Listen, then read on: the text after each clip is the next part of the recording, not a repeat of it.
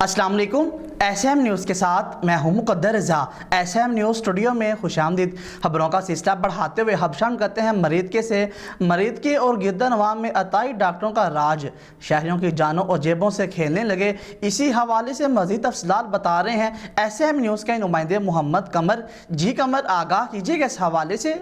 तहसील मरीद के गिरदनवा में अताई डॉक्टरों का राज, शहरियों की जानों और जेबों से खेलने लगे। मरीद के गिरदनवा की आबादियों मोहल्ला सुल्तान पार्क, उमरकोट, गुजर टोन, टिब्बा कोट, नज़ीर, पुराना नारंग रोड, शेखपुरा रोड, पिंडी, रतन सिंह, खन्ना, लबाना, फतेहपुरी, रत्तापेड़, Zafar park, Shahzad town, Salamatpura, Basra colony में अताई डॉक्टर इंतज़ामिया की मदद से कदम जमाए हुए हैं।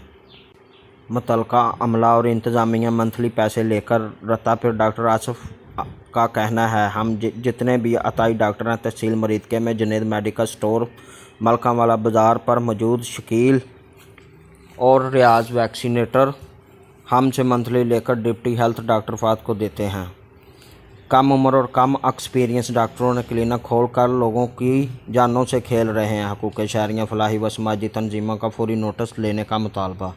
बहुत शुक्रिया कमर, तफसीलात से आगाह करने के लिए। अब तक के लिए इतना ही। मज़ीद खबरों के लिए देखते रहिए SM न्यूज़।